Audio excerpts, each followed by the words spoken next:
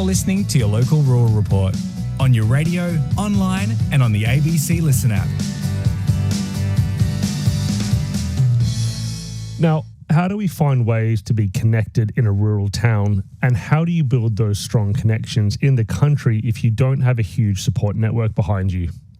Shaped by her own experiences, it's an issue Renee Knapp is passionate about, and now she's sharing it with her community. Moving to Boyup Brook over 20 years ago, I really initially found my family through, I suppose, having children, and I found it through Mum's Group. I was very lucky to find that because as someone who lives 40 kilometres out of town, it's quite challenging to find family initially. So as I progressed through life, I found family through the school community, and then I was lucky enough to find family through my working environment. But now that I've just recently left education, I'm actually looking and finding family in a lot of different ways. While my kids were at school, I very much found family through sporting communities. And it was interesting, as I left, my last child finished last year, and I said to everyone, all right, I'll see you all around town maybe. I'm having to redefine family all of a sudden. And I think it's a big challenge for a lot of people. I think that communities luckily provide a wonderful environment to do that. I still think there are a lot of people who need support to discover how they can find that family. You're speaking tomorrow at the Boyup Brook 13th Annual Women's Day Storm in a Teacup, and the theme around tomorrow is Family Matters. Obviously, that's something you're really passionate about in the work that you do. Very briefly, what is some of that work you're doing, Renee?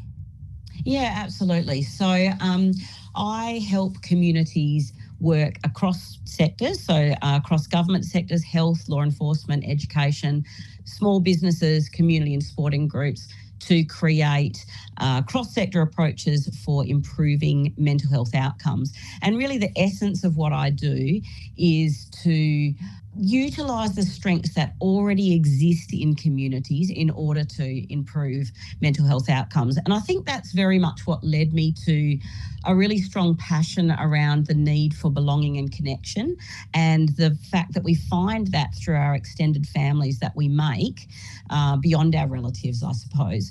I think I've become very passionate about that because as I've worked with other communities who are trying to make improvements happen, over and over again, it becomes very clear that need for human connection and that need for belonging and connection that we all seek out as humans is a really essential part of improving mental health outcomes. What's Boyup Brook like in terms of finding that connection, Renee, and being able to be a part of something?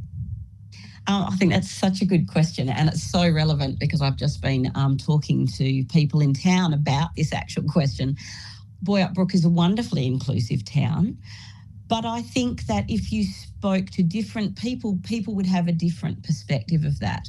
I think that inclusivity has probably changed in society as a general over time. I think that obviously with the introduction of technology, social media and things like that, sometimes that has made connection a little bit less engaging than it used to be. You know, there's times in life where how you belong, what that looks like might change. Absolutely. And I think that's something I'm going to be talking about on Friday. And it's quite relevant for me myself personally. As I mentioned earlier, I've recently left my position in education. And so with that comes a real sense of loss of belonging from the workplace that I was part of. So I consciously made a decision as someone who is very acutely aware that I need that belonging and that need for other people. I had to really start thinking, well, how am I going to get that?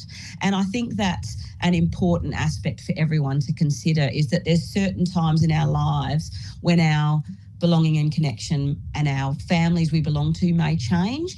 By having that self-reflective approach, we can notice it and think about how we might be able to get it in a different way.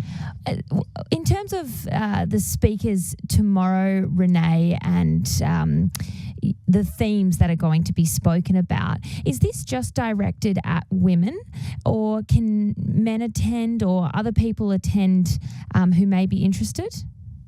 it's an interesting question, because I think while this event has been targeted at women, I think what's actually going to be discussed could very much be relevant for many people. I certainly know in terms of my topic, it's very much around that sense of what family looks like and that need for belonging and connection. But that's relevant whether you are a young woman from the age of 15 through to the age of 85.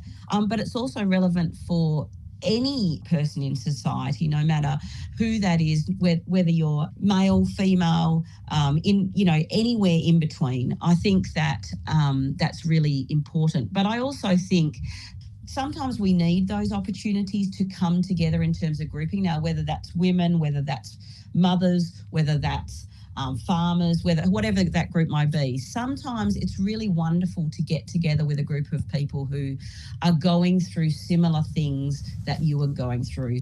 Mental health advocate Renee Knapp talking there to Kate Forrester, and she'll be speaking tomorrow at Storm in a Teacup, the 13th annual Women's Day event being held at Rylington Park in Boyap Brook.